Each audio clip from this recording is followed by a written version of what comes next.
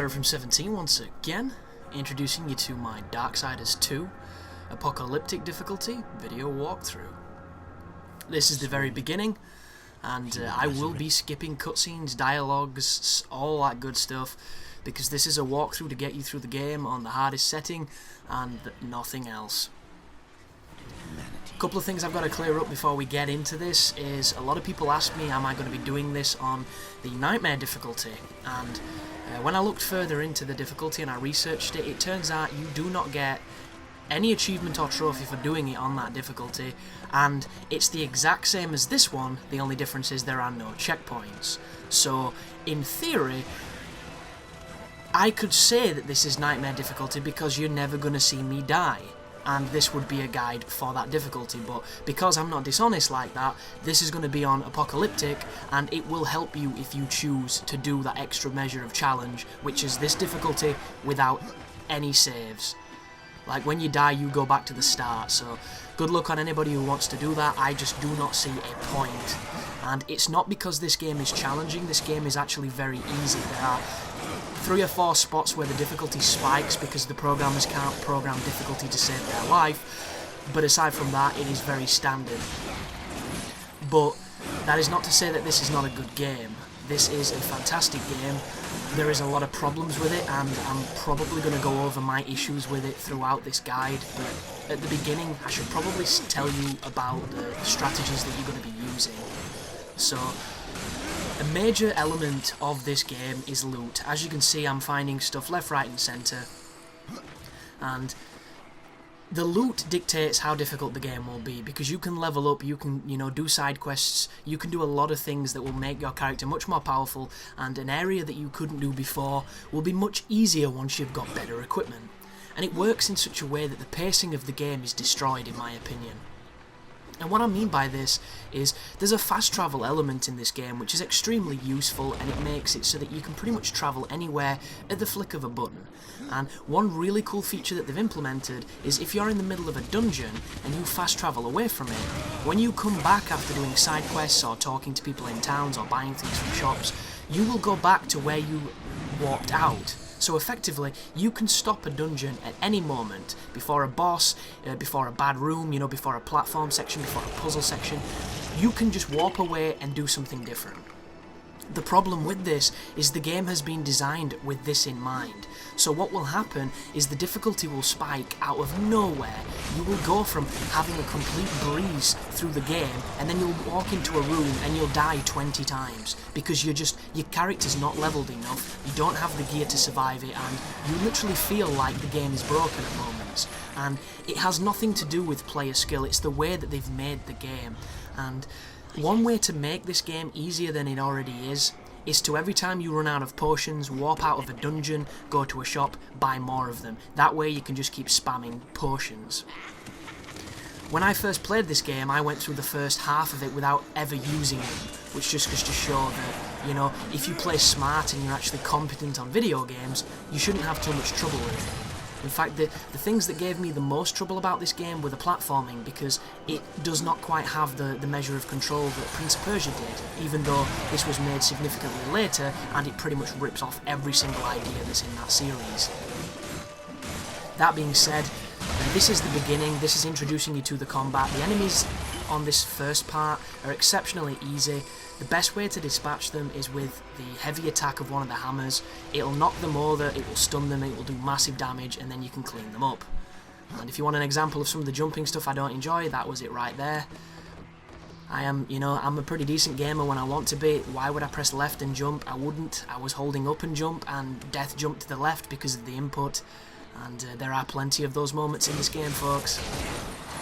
But there's nothing too strenuous at this point. It's just introducing you to the principles of the game, the platforming, the combat, all that good stuff. So I don't really need to talk shop too much in this video. This is just an introduction to what I'm going to be doing, and I should really highlight a few things that you might be looking for.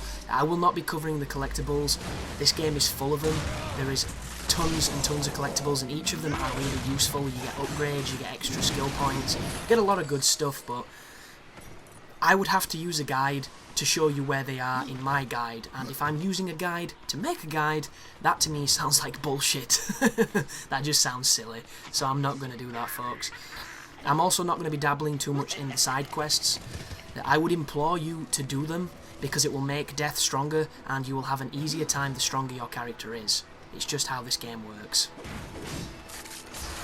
But a little funny story that I have to tell you while I'm still, fresh from the memory. I've just beat this game and started recording the guide, not literally 10 minutes ago, and I didn't play this for a week. I got to a section where I was at the top of a tower and there was a boss, and then I stopped playing because Dark Souls PC came out. Came back to it, did that boss, did a dungeon, did a boss, and then killed the last boss on accident because I just thought he was a normal dude. I didn't use a potion, I didn't find it difficult, I didn't even think it was the last boss, and the game just ended. So, if you're worried about a really tough last boss, a la, Gears of War 3, don't worry at all, this game has. I wouldn't call it a disappointing last boss because I personally think it's amazing, but it's, compared to some of the rooms in this game where they throw 20 enemies at you, which are all really deadly, the last boss is a cream puff. Anyhow, this is the ice golem guy, and my technique for him is to dodge when he attacks through his legs and then hit him with a heavy. The only problem is, he puts his back against a wall, so I make the mistake of trying to charge and kill him, and it screws it up for me. Once you've dealt enough damage, you'll see this lovely little cinematic of, your Reaper form taking over and killing the boss. At this moment I was checking the ground for some drops, because usually you get a drop after a boss fight, and there probably was a piece of equipment on the ground, I just didn't see it. But back to what I was saying, the last boss is an interesting fight, we'll say that much, and the boss before it, I know this is spoiler territory, but I'm not telling any names, is much more difficult. But the music in this game, listen to this bit that I'm talking over right now.